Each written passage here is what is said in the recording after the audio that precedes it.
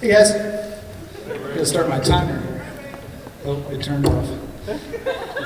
I like that you guys are laughing. Hey, thank Roger Riddle for teaching me how to do this. That's the first thing we gotta do. All right, we're going. I'm not gonna BS you. Starting a company is hard. So what is risk? Mr. Webster said that it's a noun that defines you as exposure to the chance of injury or loss, a hazard or dangerous chance. It sounds pretty bad, right? Why would we ever do that? Exposure to the chance of injury, danger, hazard? We've been conditioned to think that risk is not a good thing. I'm here to tell you that simply is not true. The problem that we have with risk is that we either think that it's too scary, or we've romanticized it so much that it's only for action heroes and entrepreneurs and these big, bold people that walk on the shoulders of giants. It's easy to look at a problem and say, I can't do that, and move on. But that's not really who we are, is it? Let me tell you about who I am. Pretty normal family, despite what Chris Horn is mumbling right now. And that big guy there is my dad. When I was a junior in high school, he lost his job after working in a steel foundry for 28 years and didn't get his full retirement. My dad was a steel man. That's what defined him. The smell of molten steel was the cologne I knew him by in those days, and when I smell it now, it still brings back those memories. So my dad took what a lot of people consider the safe route, working for a company for your entire life, because of the security a large corporation can provide to your family. But it didn't work out that way, did it? And it hasn't for a lot of our parents. We saw that as a generation, and that's why we wanted to build our own path. However, the worst thing that can happen to you scenario ended up with this guy, smiling, having the time of his life doing his favorite things. That picture brings me a lot of joy. The smell of the steel always preceded my dad when he came home from work, and when he finally mustered the strength to get into the house, he collapsed in a heap in his recliner, exhausted from the extreme heat that the foundry punished him with every day.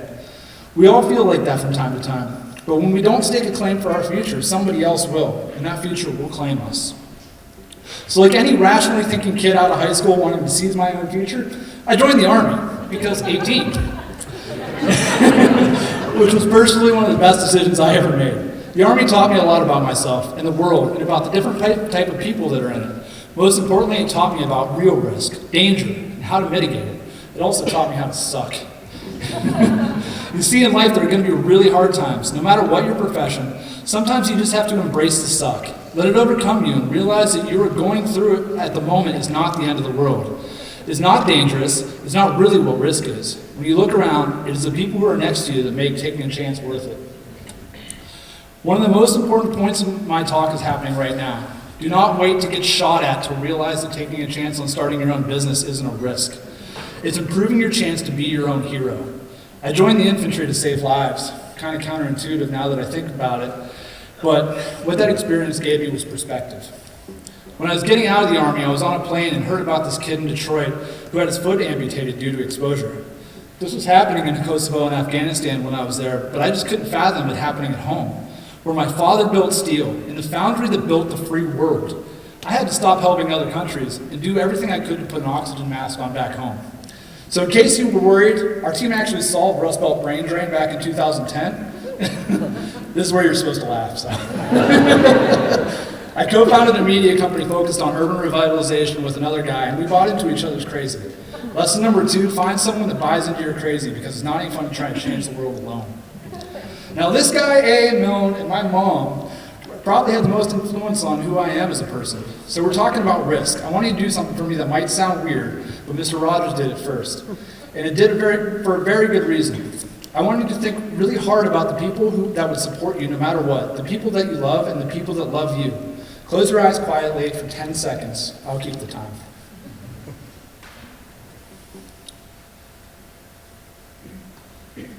Y'all's smiles are amazing right now. Look at you guys. Look left and right, and if you couldn't think of anyone, there's my email, or there was my email, so email me, I'll be your friend. So we had this support network fresh in our mind. Now I ask, why is Akron the place to take the danger out of what you think risk is and turn it into opportunity to grow? My organization, Launchly, came together with some truly talented individuals like Ken Burns of Tiny Circuits, Nick Petrosky of OSC Tech Lab, and Onno Vias of the Seed Clinic, to pen Akron's Declaration of Innovation. I'll recite it now. We believe in Akron. The city is built upon a foundation of invention, ingenuity, and risk-taking. Our ancestors took the risk to dig a canal from Lake Erie to the Ohio River, giving birth to our city. We grew quickly and embraced innovation and new ideas that led to massive growth from the rubber industry that ushered in the modern age. But the old industries that fueled this region's growth in the early 20th century have faded. Buildings closed up and decayed. People moved away. Our region is known as the Rust Belt. But we wear this name with pride, because under that superficial layer of rust is a solid core that does not decay. Those who remained were forced to work harder, face struggle, and overcome challenges, and we are all stronger for it. We are returning to our roots, learning to embrace the lessons of the past, that we need to invent more, adapt more, and take more risks. By doing so, we are scraping away the rust to reveal what those who stayed have always known, that Akron truly is the best place to live. We are Launch League, a community of entrepreneurs, founders, and interested individuals creating a grassroots network of startup support in Akron. We believe that encouraging and supporting scalable startups offers us the best way to grow our city and create new economic opportunities in Akron. Akron is our home, our passion, and our future. It's awesome stuff that's happening back there.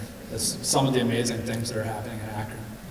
So if you guys went to the website, go to the website, bring out your phones, sign that pledge that's there. But I'm going to read that pledge. And if you guys do believe in Akron and you believe in this, please recite it with me.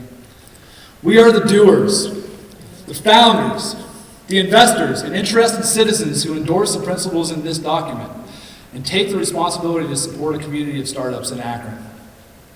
There are people out there embracing risk every day. People like Tessa Reeves of Neighbors Apparel, Kaylee Foster of Urban Buzz. People like Audrey Wallace and Amy Houston of Come, and Courtney Gross of Design Flux. It's important to note I've named all female entrepreneurs because they are the future of entrepreneurship. These people are a beacon of awesomeness who will not accept mediocrity and are building a bigger and better Akron. Like these folks, don't wait to get shot at to realize that you too can be great.